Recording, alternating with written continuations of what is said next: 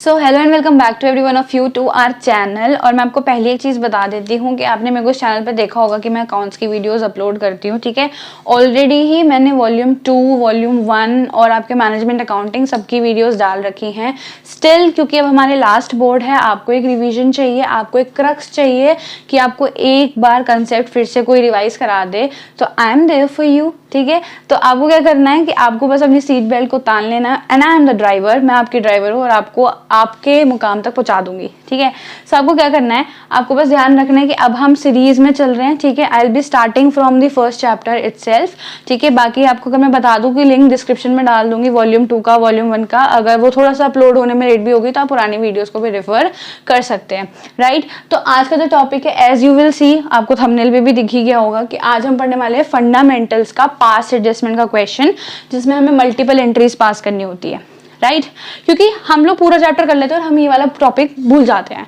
तो ध्यान रखना कि जब हमारे पास पास्ट एडजस्टमेंट का क्वेश्चन आएगा और उसमें मल्टीपल एंट्रीज पास करनी होंगी, तो ये अगर क्वेश्चन आ भी गया फंडामेंटल का, क्योंकि फंडामेंटल की वेटेज ज्यादा है, तो इसमें से 3 से 4 नंबर का क्वेश्चन बन जाएगा, क्योंकि इसमें से कम 4-5 एंट्रीज आपकी जनरल बन जाती हैं, राइट। तो सबसे पहले तो हमें एक डाउट रहता है कि ये वाला क्वेश्चन डायरेक्टली तो बोलेंगे नहीं कि पास्ट एडजस्टमेंट का क्वेश्चन है ना। तो हमें इसे आइडेंटिफाई कैसे करना है कि ये क्वेश्चन में हमें ये करना है, राइट। तो आपको क्वेश्चन कैसे मिलेगा, हाउ टू आइडेंटिफाई, मैंने लिख दिया है। आपको क्वेश्चन के एंड में ये लिखा हुआ मिल जाएगा, You are required to pass journal entries to rectify the error in accounting। मतलब आपको ये बोल देंगे कि आपको रेक्टिफाई करना है और आपको जर्नल एंट्रीज पास करनी है। यहाँ पे मैंने अंडरलाइन भी किया ES, मतलब आपको एक एंट्री पास नहीं करनी है, आपको मल्टीपल एंट्रीज पास करनी है और उसको सही करना है। रेक्टिफिकेशन का मतलब क्या हुआ कि आपकी बुक्स ऑफ अकाउंट्स अब बंद हो चुकी है, आपने उसमें कुछ गलतियां कर दी, ठीक है। कि आपके P&L एप्रोप्रिएशन में कुछ गलतियां हो गई, आपने कोई एंट्री मिस आउट कर दी, जिसकी वजह से अब आपका जो P&L प्रॉफिट डिस्ट्रीब्यूट हुआ था या लॉस डिस्ट्रीब्यूट हुआ था, वो गलत डिस्ट्रीब्यूट हुआ था, ठीक है। तो अब उसको हमें सही करना है। अब सही करना है तो अब हमारे पास P&L तो बंद हो गया, हमारा ट्रेडिंग बंद हो गया, बैलेंस शीट भी बंद हो गई। तो अब हमें सही कैसे करना है, हम उसके बारे में पढ़ेंगे, राइट।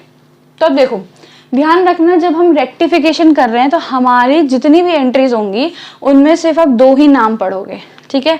इंटरेस्ट ऑन कैपिटल हो, इंटरेस्ट ऑन ड्राइंग हो, आपको कुछ नहीं लिखना है। आपको सिर्फ 2 चीजों से एंट्री करनी है, या तो पार्टनर्स कैपिटल और करंट अकाउंट, या फिर आपका profit and loss adjustment account. मैंने बोला ना कि प्रॉफिट एंड लॉस बंद हो चुका है, आपकी बुक्स ऑफ अकाउंट्स बंद हो चुकी है और आपने गलती कर दी है, अब उस गलती को सही करना है। तो क्या बोलोगे, profit and loss adjustment account. Clear है। तो हमें सिर्फ इन 2 एंट्रीज को यूज करना है और अपनी एंट्रीज पास करनी है। अब होगा क्या कि जब आप एंट्रीज करोगे तो इसमें से अगर ये डेबिट हो रहा है, मतलब पार्टनर्स कैपिटल या करंट अकाउंट अगर डेबिट हो रहा है, तो हमारा P&L एडजस्टमेंट क्रेडिट होगा, ठीक है। और अगर मेरा पार्टनर्स कैपिटल या करंट अकाउंट क्रेडिट हो रहा है तो P&L एडजस्टमेंट डेबिट होगा। मतलब ये दोनों जो चलेंगे ना, अपोजिट चलेंगे। तो हमारा या तो एंट्री बनेगी पार्टनर्स कैपिटल या current account debit to P&L account, P&L adjustment account, या बनेगी P&L adjustment account debit to partners capital या करंट अकाउंट, ठीक है। अब यहाँ पे मैंने वही बोला कि अब इसको हमें याद कैसे रखना है कि कब ये डेबिट होगा, कब ये क्रेडिट होगा। तो या तो फर्म का पॉइंट ऑफ व्यू बना लो, लेकिन फर्म के पॉइंट ऑफ व्यू में बहुत सारे बच्चों को दिक्कत होती है, तो हमें एक पॉइंट ऑफ व्यू बनाते हैं कि अगर पार्टनर्स को कुछ देना होगा, अगर पार्टनर्स को कुछ देना होगा मतलब पार्टनर्स को अगर कुछ मिलेगा, ठीक है। जैसे उन्हें इंटरेस्ट ऑन कैपिटल मिलता है, उनकी अगर कोई सैलरी होती है तो वो मिलती है, उनका कोई रेम्यूनरेशन है, कमीशन बन रहा है, वो उनको मिलता है। तो जब भी पार्टनर्स को वो मिलता है तो उनका अकाउंट क्या होता है, क्रेडिट होता है। तो अगर पार्टनर्स करंट और कैपिटल अकाउंट क्रेडिट हो रहा है तो P&L एडजस्टमेंट क्या होगा, डेबिट होगा, ठीक है। पार्टनर्स कैपिटल करंट अकाउंट अगर क्रेडिट हो रहा है तो वो P&L एडजस्टमेंट डेबिट हो जाएगा, क्योंकि फर्म की तरफ से वो एक लॉस हो रहा है, एक खर्चा हो रहा है, ठीक है। अगर हम बोले कि पार्टनर से कुछ लेना है, मतलब अगर मान लो उनको इंटरेस्ट ऑन ड्राइंग देना था फर्म को और उन्होंने नहीं दिया, तो मतलब पार्टनर की तरफ से पैसा जा रहा है, तो पार्टनर जब पैसा देता है तो उसकी क्या होता है, उसके अकाउंट में डेबिट हो जाता है। तो जब वो डेबिट होगा तो हमारा P&L एडजस्टमेंट क्या होगा, क्रेडिट होगा। क्लियर है। बस पहले इस चीज को क्लियर रखना है, ये वाली एंट्रीज तो यूं हो जाएंगी, ठीक है, तो एक बार इसको आराम से देख लो फिर। So now let's move on to the entries. तो आपको पहले 3 एंट्रीज समझनी है, ठीक है। 3 एंट्रीज में होगा क्या, पहले मैं आपको कंसेप्ट समझाती हूँ कि आपने देखो किया क्या, कि इंटरेस्ट ऑन कैपिटल देना था, ठीक है, फॉर एग्जाम्पल देना था, सैलरी देना था, इंटरेस्ट ऑन ड्राइंग पार्टनर से लेना था। आप ये सारी चीज़ें भूल गए या आपने गलत अमाउंट कर दिया, ठीक है। तो अगर आपने कोई गलत एंट्री करी है तो आप क्या करोगे, उनसे पहले पैसा वापस लोगे ना। तो सेम चीज़ हमारे साथ हुई। फॉर एग्जाम्पल मैंने अभी यहाँ पे एग्जाम्पल भी लिख रखा है, ए और बी पार्टनर थे, ठीक है। हमने उनको इंटरेस्ट ऑन कैपिटल नहीं दिया, हमने बी का सैलरी नहीं दी, इंटरेस्ट ऑन ड्राइंग नहीं लिया, या जो भी खर्चा हो रहा था वो सब नहीं किया, और हमने जो प्रॉफिट सीधा सीधा आया था हमने पार्टनर्स में 2:1 में बांट दिया, ठीक है।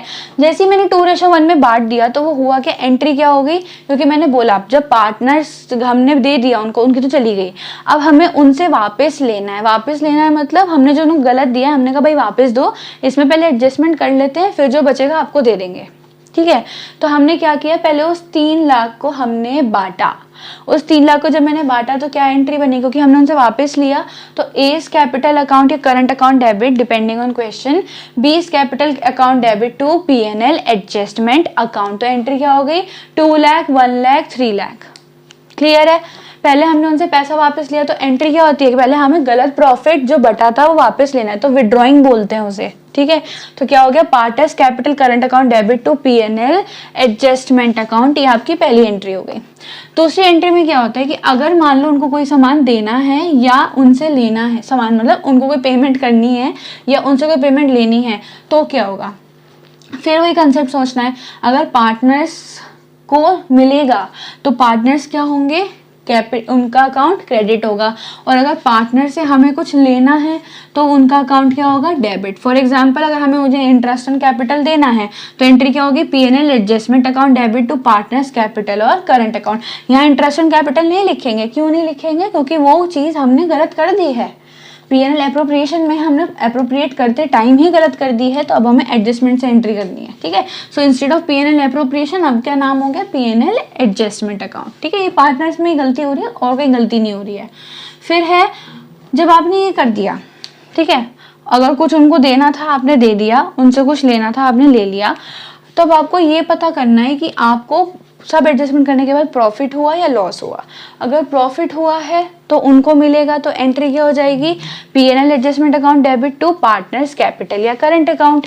और अगर हमारे पास लॉस हो गया तो क्या हो जाएगा, partners capital current account debit to P&L adjustment account, क्योंकि उनको लॉस हो रहा है, ठीक है। तो यहाँ पे अब उसको निकालेंगे कैसे, उसके निकालने के 2 तरीके हैं। या तो आप प्रॉपर P&L एडजस्टमेंट अकाउंट बना लो, मतलब जितनी भी एंट्रीज करी है उनको पोस्ट करो, जो आपका बैलेंस आएगा P&L एडजस्टमेंट में वो पार्टनर्स में बांट दो, ठीक है। अगर वो पॉजिटिव आता है तो आप सीधा सीधा पार्टनर्स में दे दोगे, पार्टनर्स को क्रेडिट कर दोगे, और अगर लॉस आता है तो पार्टनर से ले लोगे तो उनको डेबिट कर दोगे, ठीक है। एडजस्टमेंट वही होगी। लेकिन अगर आपको वो नहीं करना, आपको नहीं बोला है P&L एडजस्टमेंट बनाने के लिए, तो आप क्या ट्रिक अपनाओगे, जहां जहां पे भी, जैसे फॉर मैंने एग्जांपल लिया कि पहले हमने जो गलत प्रॉफिट बांटा था वो पार्टनर से वापस लिया, 3 लाख का था, 2 लाख 1 लाख मैंने वापस ले लिया। फिर जो मुझे ए था उसको मुझे 10% इंटरेस्ट देना था कैपिटल पे, तो मैंने उसको इंटरेस्ट ऑन कैपिटल दे दिया, जो कि हो गया P&L adjustment to S capital account. तो 2 लाख का 10% 20,000 हो गया, ठीक है। फिर जो बी था उससे मुझे इंटरेस्ट ऑन ड्राइंग लेना था 30,000 का, तो मैंने ले लिया। अब आपको कुछ नहीं करना है, जहाँ जहाँ पे P&L एडजस्टमेंट आ रहा है, ठीक है, उसको एडजस्ट करना है। तो पहले वो जितना भी क्रेडिट वाला पोर्शन है ये हटा देते हैं, ठीक है, जितना भी क्रेडिट वाला पोर्शन है उसको प्लस कर लो। तो पहला क्या है, 3 लाख प्लस 30K, ये हो गया 3,30,000। उसमें से हमने एक लॉस का काम किया क्योंकि हमारी पेमेंट हुई 20,000 रुपये, तो ये हो गया 3,10,000। तो जो हमने 3 लाख बांटा था वो गलत बांटा था, एक्चुअली में हमें कितना प्रॉफिट बांटना है, 3,10,000। तो अब फाइनल में आप क्या करोगे, क्योंकि ये पॉजिटिव आंसर आ रहा है तो ये क्या हो गया, प्रॉफिट हो गया। मतलब हमने क्रेडिट में से डेबिट वाले माइनस करे, तो जब क्रेडिट वाला ज़्यादा आ रहा है तो क्या है, प्रॉफिट है, तो एंट्री क्या हो जाएगी, P&L adjustment account debit to partners capital या करंट करोगे, 3,10,000 को बांट दोगे जो भी आपको रेशो। अब देखो रेशो का थोड़ा सा ध्यान रखना, कई बार जो रेशो होती है वो पुरानी वाली ही चल रही होती है, अगर हमें नई रेशो नहीं बताइए, कई बार बोलेंगे कि जो आपका करेक्टेड प्रॉफिट आएगा उसको आप इस रेशो में बांटो या इस रेशो में पार्टनर्स बांटना चाह रहे थे, ठीक है, तो आप उस रेशो में उस प्रॉफिट को बांट के आ जाओगे। अब अगर इसी जगह पे मैं बोल दूं कि 3,30,000 का हमारा क्रेडिट का प्लस करके आया और डेबिट में कोई चीज़ 3,50,000 की हो गई, ठीक है, मतलब पहले सारे क्रेडिट वाले आप P&L एडजस्टमेंट प्लस करोगे और फिर सारे डेबिट वाले प्लस करोगे और क्रेडिट में से डेबिट वाला माइनस कर दोगे। मतलब सीक्वेंस क्या होता है, पहले सारा क्रेडिट प्लस करोगे,